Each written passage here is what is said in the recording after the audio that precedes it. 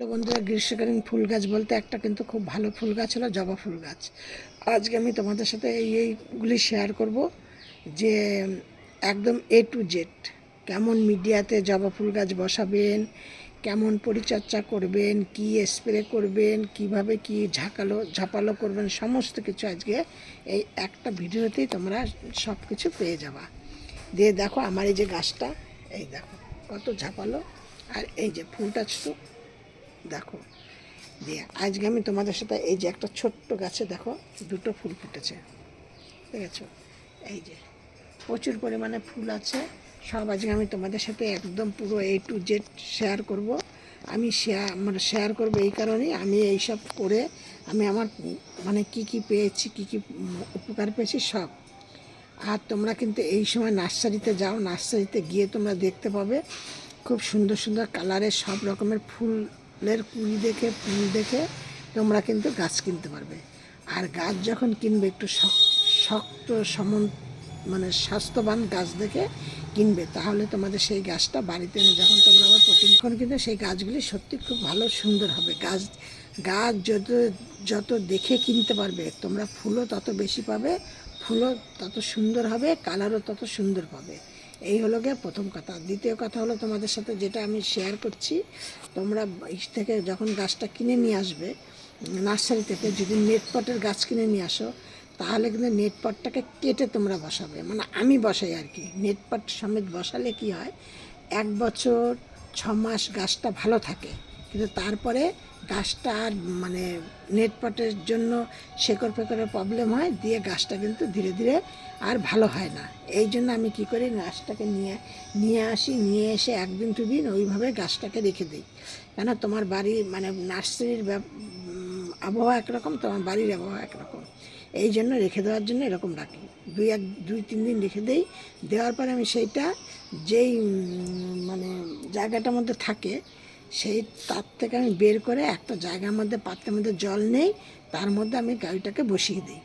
বসিয়ে দিয়ে ধরো 10-15 মিনিট বসিয়ে দেওয়ার পরে তুমি যখন কিন্তু মাটিটা ওই জলটার মধ্যে কিন্তু একটুখানি ফাঙ্গিসাইড সার্ফ দেবে, দিয়ে বসিয়ে দিই।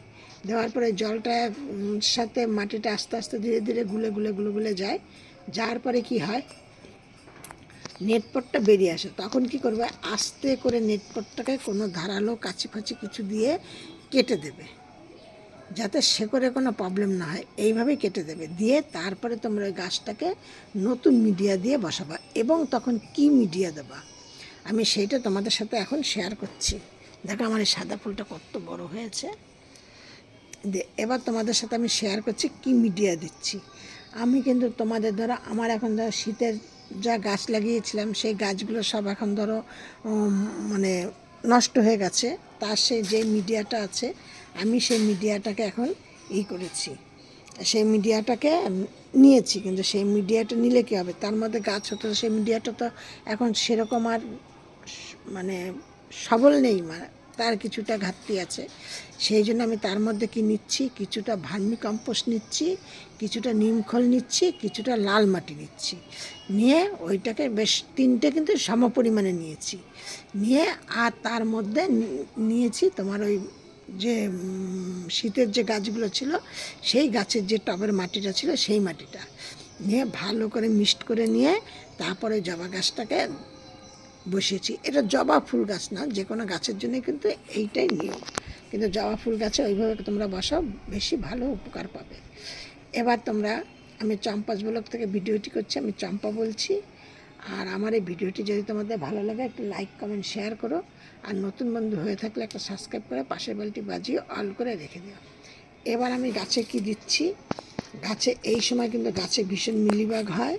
গাছের শেকড়ে তোমরা যদি এখনই টবের মধ্যে সেরকম ব্যবস্থা না নাও, তাহলে কিন্তু তোমাদের টবে কিন্তু কেঁচো কেল্লাই সব হবে। এবার এই জন্য আমি গাছের মধ্যে কী দিচ্ছি, গাছের মাটি যদি তোমাদের ভালো থাকে, তাহলে তোমাদের গাছেও কিন্তু তোমাদের কম পোকামাকড় হবে। এই জন্য আমি গাছের গোড়ায় কী দিচ্ছি, প্রথমে দিচ্ছি হলো কিছুটা নিম পাতা দিচ্ছি। নিম পাতা নিয়ে সেইটাকে গুঁড়ো করে নিচ্ছি।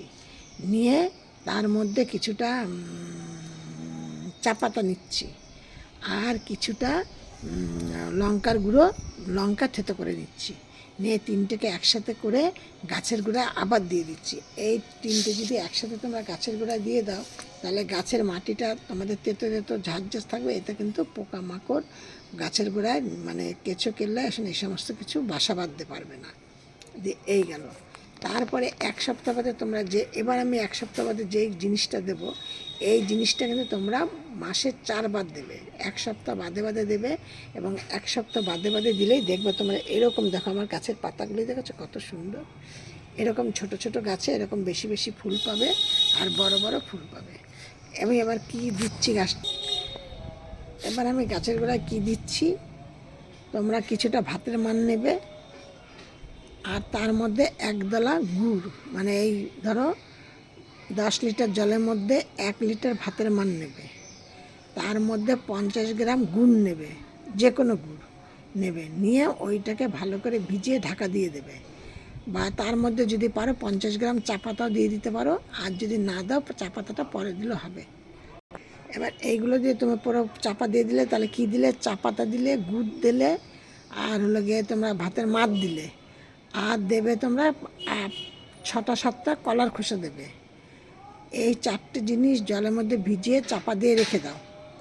দিয়ে নিয়ে 6-7 দিন চাপা দিয়ে রাখার পরে সেই জলটাকে নিয়ে প্রতিটা গাছের গোড়ায় ছেঁকে নিয়ে, আরও যদি পারো তার মধ্যে আরও জল দিলে, দিয়ে নিয়ে তোমরা প্রত্যেকটা গাছের গোড়ায় কিছুটা কিছুটা করে দিয়ে দিলে। দিয়ে যেই মানে এটা থাকলো, এই ছোবড়াটা থাকলো, ছিবড়েটা, সেই ছিবড়েটা কিন্তু তোমরা ফেলে দেবে না।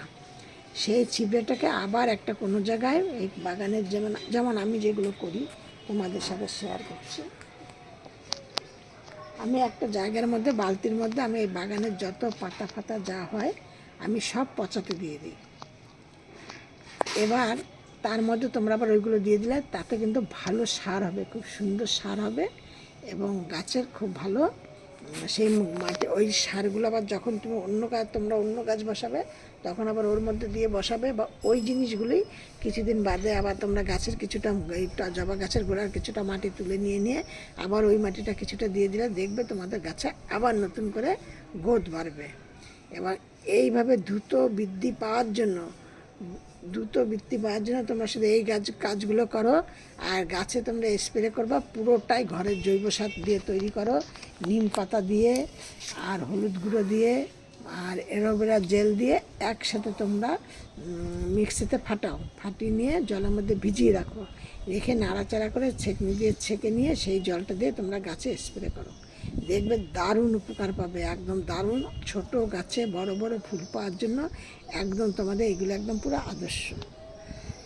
সব ভিডিওর মতো তোমাদের আজকে বলছি, তোমরা সব ভালো থাকো, সুস্থ থাকো। নেক্সট ভিডিও আবার অন্য কিছু নিয়ে।